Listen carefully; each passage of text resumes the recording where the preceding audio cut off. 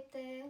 Kamusta kayong lahat? Nandito ngayon ang nanay ko at i-unbox ko lahat ng mga pasalubong niya from Hong Kong. At saka nagpabili rin ako ng mga Filipino foods doon sa Hong Kong. And magsisimula tayo na. Nabubulol pa nga. Mag-start tayo sa wafer. Nabuksan ko na siya pero hindi ko pa siya nakain. Ito yung laman niya. And rice cake. Paborito ko talaga siya since then. Kaso maliit lang pa. 46 kilos lang yung nadala niya. And I have here Skyflakes. My favorite. And then yung skincare from Japan and Korea. Sprinkles na cheesy cheese na cheddar kasi wala dito sa Austria or Europe, I think. Wala silang cheese na mga snacks, mga madalang. And then, this one, palda skirt, and dress. Dahil madami pa akong mga dress doon, pero tinabi ko na. Sa kanya to, tabi ko na rin. And then this one, yung footlong na gummies. Para sa asawa kasi mahilig siya sa mga gummies. And then ito, snack sa Hong Kong na pinapabili ng asawa ko. And then, Knorr, pang gisa-gisa. Gusto ko lang siyang itry kasi parang masarap pang Chinese. And then, sunflower seeds. Alam ko, meron na rin siya sa Shopee. Pero tinikman ko, wala yung lasa, mas masarap ko. Galing Hong Kong. And then, pancit canton, red and spicy and calamansi. Madami siya, I think 10.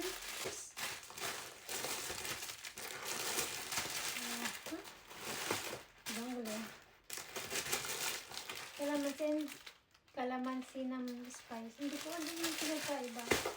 And then, ito, Nova, piniga niya na para may, yung hindi siya masyadong bulky sa luggage. And, isa rin, pero ziniplak niya in fairness, Awishi. And, Tatos. Nakakamiss yung mga snack. Kasi wala naman lahat sa Germany. Tapos, Piatos.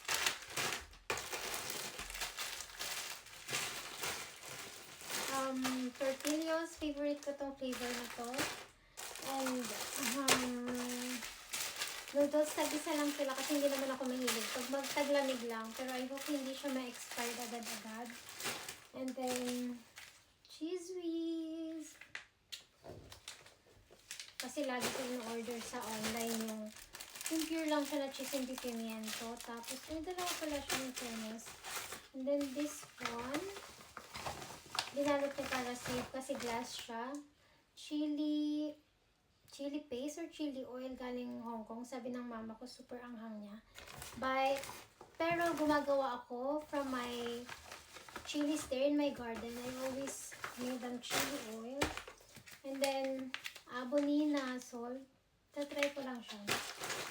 Tapos, si Skyflakes ulit kasi diba, diet is real. And, coffee mates. Kasi walang coffee mate niya. Diba, tuwing nag-haul ako ng grocery namin, it's always been liquid na pang coffee milk. Pero hindi siya masarap kasi pag ititimpla mo siya, ilalagay mo siya sa baso and then lalagyan mo ng mainit. Di parang yung init na babawasan kaya hindi ko na-enjoy. And then, maling ng Hong Kong. And ito yung favorite ko na tausi na may fried na isda. Tapos, minsan ginagawa ko, nag-slice lang ako ng fresh na kamatis, tapos lagyan ko ng konting asin, tapos ito, ang sarap niya, makakarami ako nung nasa Hong Kong ako, kasi twice na po ako nakapag Hong Kong. Hindi naman siya nagmamayabang, pero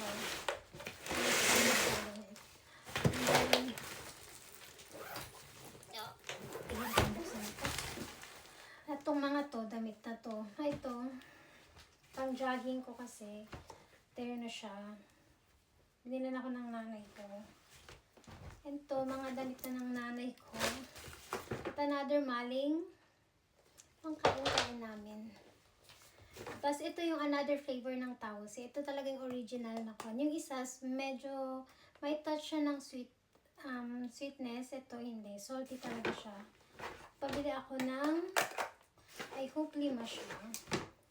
See? Pero kung talagang meron talagang space pa, papabili ako ng madami. Ito. Bali 5 siya. Dalawang violet and tatlong yellow.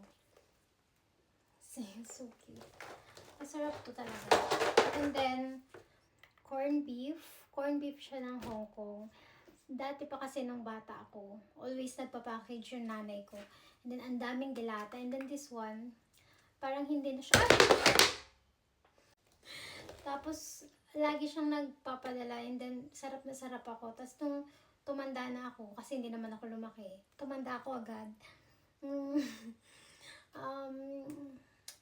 Hindi na siya nagpa-package. Kaya na-miss ko talaga siya.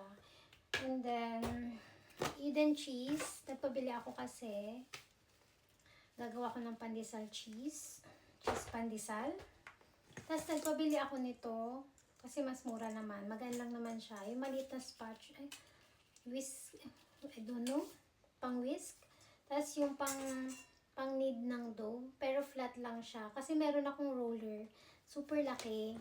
Tapos, minsan, hindi ko siya magamit ng matino. Kaya, nagpabili ako yung super, ganyan lang ata siya. And then, kahoy, ganun. And then, Dr. Alvin na rejuvenating set. Para mawala yung iba kong anik-anik. And then, Aboni lotion. Magpapaputi na naman tayo after Italy. Napapunta natin sa Italy. Mangingitim na naman ako. And then, pabili rin ako ng ipit, you know, mga undergarments.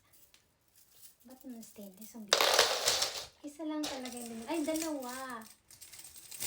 Talaga nakabalot. Yung nanay ko talaga masyadong organized. Oh. Tatlong mayroon siya. Kasi sabi niya, hindi siya nangangalawang. At ito, sabitan siya ng mga pants na yung hile-hilera sa closet. Kasi kailangan ko. Wala na akong space. Nagagalit na yung asawa ko. Na bakit pati yung space niya nakukuha ko. Laki na nga daw ng closet namin. Tapos ito, pag maglalaban ng bra or you know, sa pangloob, lalagay mo dito sa washing para hindi siya ma-damage. And then, I don't know if there's still ito. Nainom na namin yung iba. Ito yung sikat na iced tea sa Hong Kong na super sarap. Nagustuhan ng asawa ko kaya parang mag-order daw siya sa Alibaba.